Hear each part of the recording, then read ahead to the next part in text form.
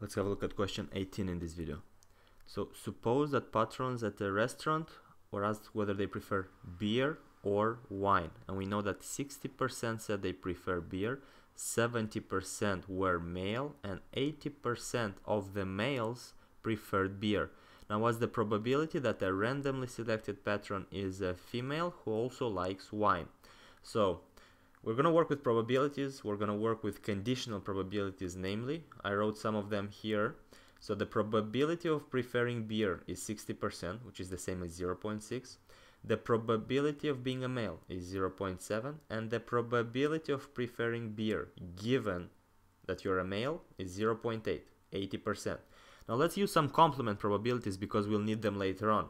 If the probability of preferring beer is 0.6, then the other option, the probability of preferring wine, must be the complement of it, which is going to be the remaining 40%, or 0.4. Now, if the probability of being a male is 0.7, the remaining option is being a female, being a woman.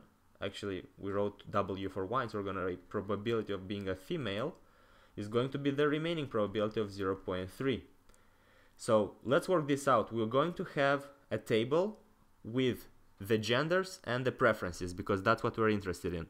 That's what we're interested in. Let's work it out here like that. We have the probability, we have the preference for beer, for wine. We have two genders, male and female, male and female, and we want to fill up this table. So we want to fill up this table over here. So we're going to have 4 cells. We're going to have 4 cells. Now, what do we know? We know the probability of preferring beer given that we're a male. So let's work out with this one.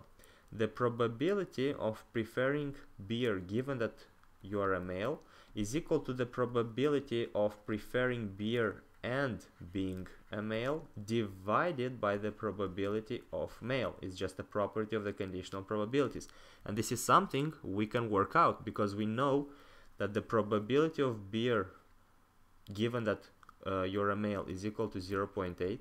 We're looking for the probability of preferring beer and being a male divided by the probability of being a male, which we know is 0.7, and we can clearly see that it is a question of cross product now. If we do the cross product, we can find out that the probability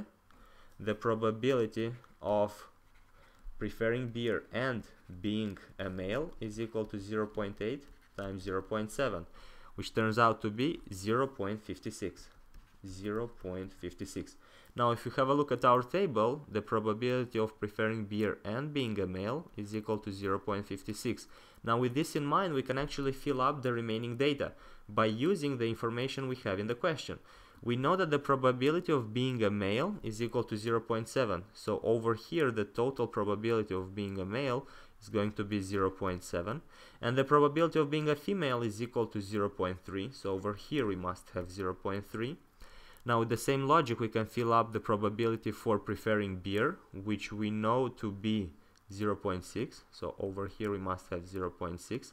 And the probability of preferring wine, we know that is going to be 0.4. So 0.4 over here. Now, with this in mind, we can actually fill up the remaining values. 0.56, and it has to add up to 0.7. The missing probability must be 0.14.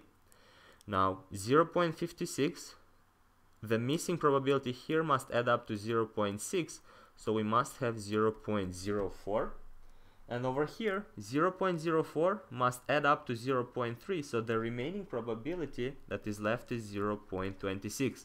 And the question is, what's the probability of being a female who also prefers wine? So female and wine, we go to this cell, is equal to 0.26. So it's 0.26. It's not 0.30. So the answer is false. Hope this makes sense, and we are done.